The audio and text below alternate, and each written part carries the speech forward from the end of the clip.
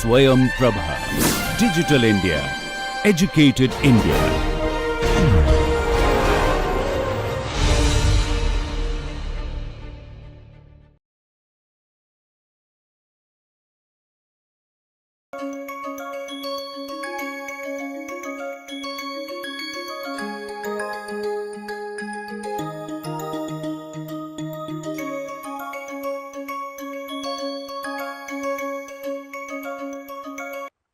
If you had looked at Vensim, that functions help. When you open the screen on the left side bottom, there are a lot of functions.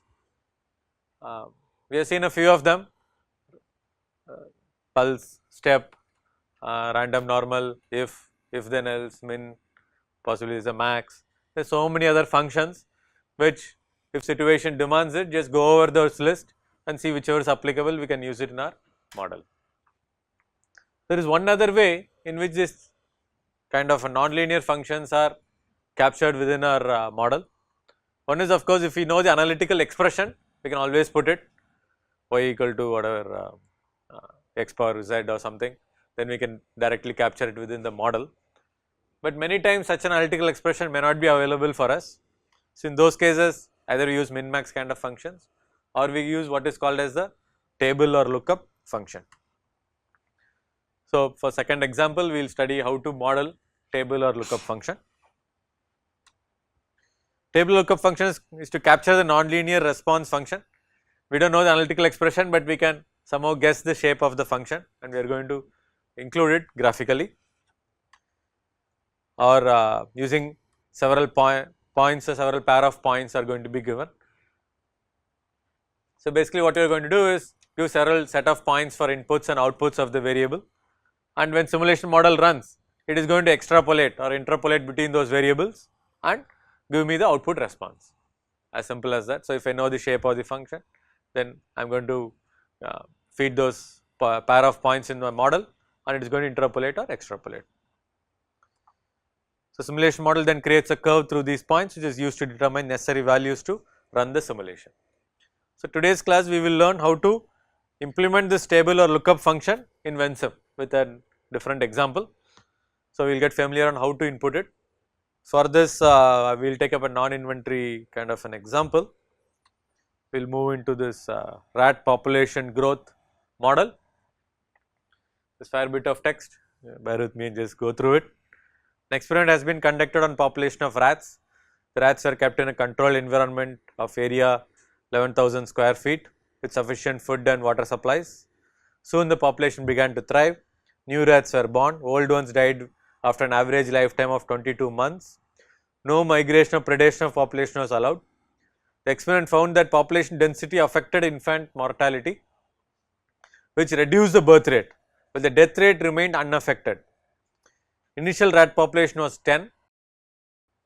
Assume age does not matter for reproduction, male female ratio is 1:1. Also normal rat fertility is 0.4 rats per female per month. We need to build a stock flow diagram of the model. This is actually based on a paper. So there are some assumptions given. No migration, which we just saw, it's controlled environment, ample and sufficient food supply, and the infant survival multiplier. Let us say how the infant survival is affected by the population density. That let us assume it is given by this curve right here. Rat population density is in the x axis, and that gives us an output of infant survival multiplier according to this particular curve right here. We do not know the analytical expression for that, we just know this curve.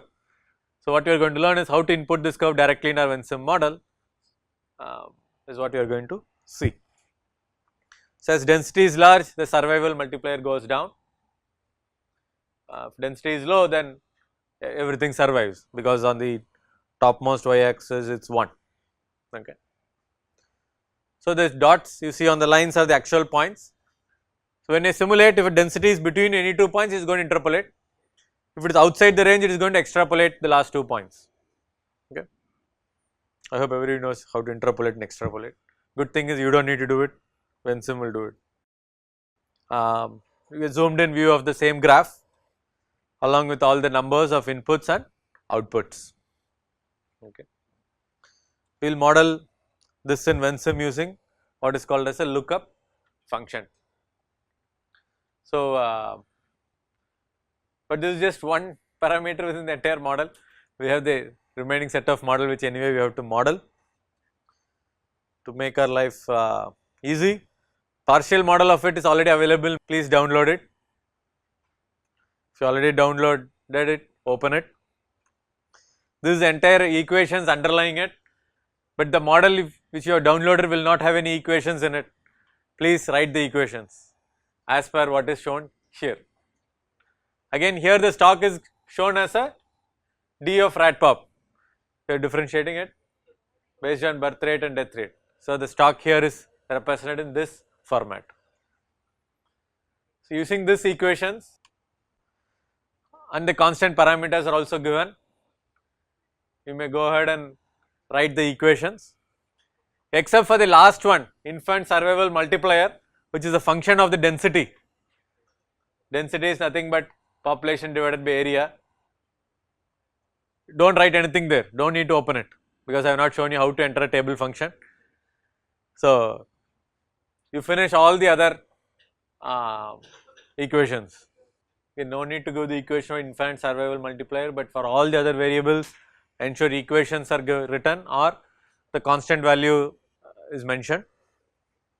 The initial rat population is 10, initial rat population is 10, that is also mentioned. So, first before we go into that, let us just quickly observe the model so that we can get a feel of the kind of behaviors. Our population affected birth and death rate, very simple model. So, either we need to get an exponential growth or we are going to get a exponential decay. However, there seems to be some population density affecting it. So, we are going to expect what kind of behavior? As the carrying capacity of the system affects my birth rate. Okay, let us assume infinite survival multiplier is 1 initially. Okay, so if you look at the equation, birth rate will be rat population into sex ratio, which is 0.5, multiplied by rat fertility, which is 0.4. So, and so rat population is 10, so 10 into 0.5 into 0.4, and on the right side we have death rate, which is 22 months, which is greater, 10 by 22 or 10 into 0.5 into 0.4. So, birth rate is more than death rate, right. Assume infant multiplier is 1. If anything complicated, we just, what do we do analytically? We assume it is 1 and get rid of the multiplication effect, which is there, infant survival multiplier is 1. So, its effect is made redundant. So, birth rate is more than death rate, so we need to get exponential growth, correct. The previous slide, we are seeing that as the density becomes larger, my infant survival multiplier is going to go down to up to 0.1, from 1 it is going to 0.1. So, the same model, if I multiply it by 0.1 at the extreme, so that means my death rate at that point is going to exceed my birth rate. Once death rate exceeds birth rate, then I am going to get a exponential or goal seeking behavior. So, what is the final behavior? It has to be S-shaped. Initially we just saw if it is 1, I am going to get exponential growth, but later final stage it is going to get death rate is more than birth rate, goal seeking behavior. So, that means it has to be an S-shaped behavior, right.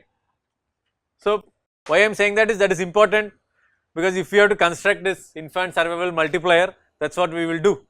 Initially infant survival multiplier will be large because birth rate is larger than death rate, and initially there is no restriction, so it can keep changing. Later when the density is going to reduce my birth rate, that will indicate it by increasing the infant or reducing the infant survival multiplier from 1 to a very small number. Logically, if it becomes 0, then death rate is very high, right. So, it has to come close to 0 or whatever is the value. So, this is how we will argue to figure out what kind of shapes we can get, and think about it, not many other shapes are possible in case of such how density affects it, not many other shapes are possible, because you have first values are 1 up to the density, up to some point it will be 1, when below with some density it will be some small value. So, how many shapes of line can we draw connecting these 2 points? not many. Okay. So that is the logic it is going to work. So to input it, open the infant survival multiplier dialog box and do step 1 first, then step 2, then step 3. In step 1 you have to change the drop down to say with lookup, and in step 2 ensure rat population density is inside that with lookup, and then 3 click as graph. Got the next dialog box? Okay. Next dialog box, you need to enter the numbers, the input output combination we gave a few slides earlier. I have just replicated it here or reproduced it here. So you just manually type it 0, then write output 1, enter this input and output. What is shown in pink circle, you can set that y max and x max, so that you can start seeing the graph similar to that. The x axis goes in the increment of 0.0025, 0.0025, 0.005, 0.0075, 0.1, it goes in increment of 0.0025 is increment size in x axis. Y axis goes kind of non-linear, you have to see it. After you finish, don't click OK, just keep the screen open, don't click OK. I am sure you have written the few values.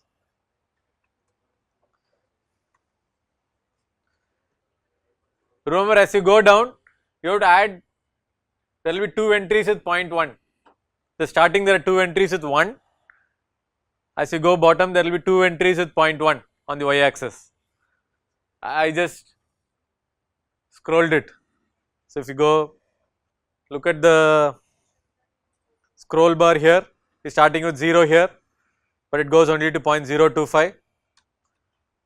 Actually, it goes up to 0.0275. The scroll bar went down. To add one more point, you have to just use this new area. Any reason why we are doing that? Why we have 2 values at the end with 0.1? So that if x axis, that is the population density, grows more than that, still my infant survival multiplier will be 0.1, else it will extrapolate the last 2 values and it will further decrease. If you do not want it, then we need to ensure that it extrapolates correctly. So you got this, finished it, then you can click OK and click simulate and see the results. Those who are simulating, I hope you get a S-shaped curve. Observe the inflection point, what is the point of saturation of the population, from 10 where does it saturate, what kind of behaviors that occur. You can observe that, you can observe how birth rate changes, you can observe how death rate changes. So you can observe this, when does population reach stability, what is the stable size, when is the inflection point. We can try a few what if scenarios also. What if initial rat population is 0, then we do not expect any dynamics, right, we just multiply it by 0, so no dynamics occur.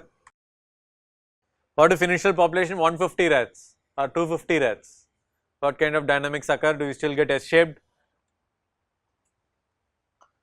Just check for 150 and 250 rats population to see whether we will always get S-shaped or is it beyond the inflection point. And is stable population the same in all the cases or is it different? The stable population affected by initial population, you can simulate it. So what we have seen is another way to simulate S-shaped growth. We had seen a few ways to simulate S-shaped growth. So in this case, in S-shaped causal link, there is a net rate affecting my stock, but then the stock affects on the carrying capacity, in turn influence the net birth rate, which becomes a negative feedback loop, which becomes a dominant loop, and net birth rate goes down.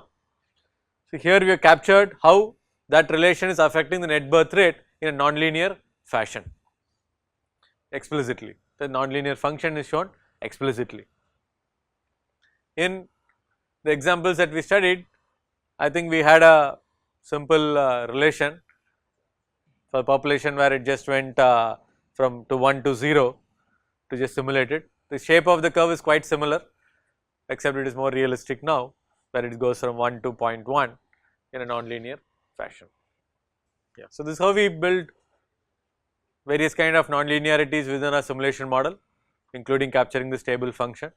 Many times you will find it quite useful because the relationship between the many variables may not be explicit. Like if I want to model the effect of workload on the amount of hours worked on the fatigue, in those kind of scenarios I might actually need to think logically and come up with a non-linear kind of a graph based function instead of a analytical expression. So, in those cases this kind of models are quite useful. So, let me stop here. Thank you.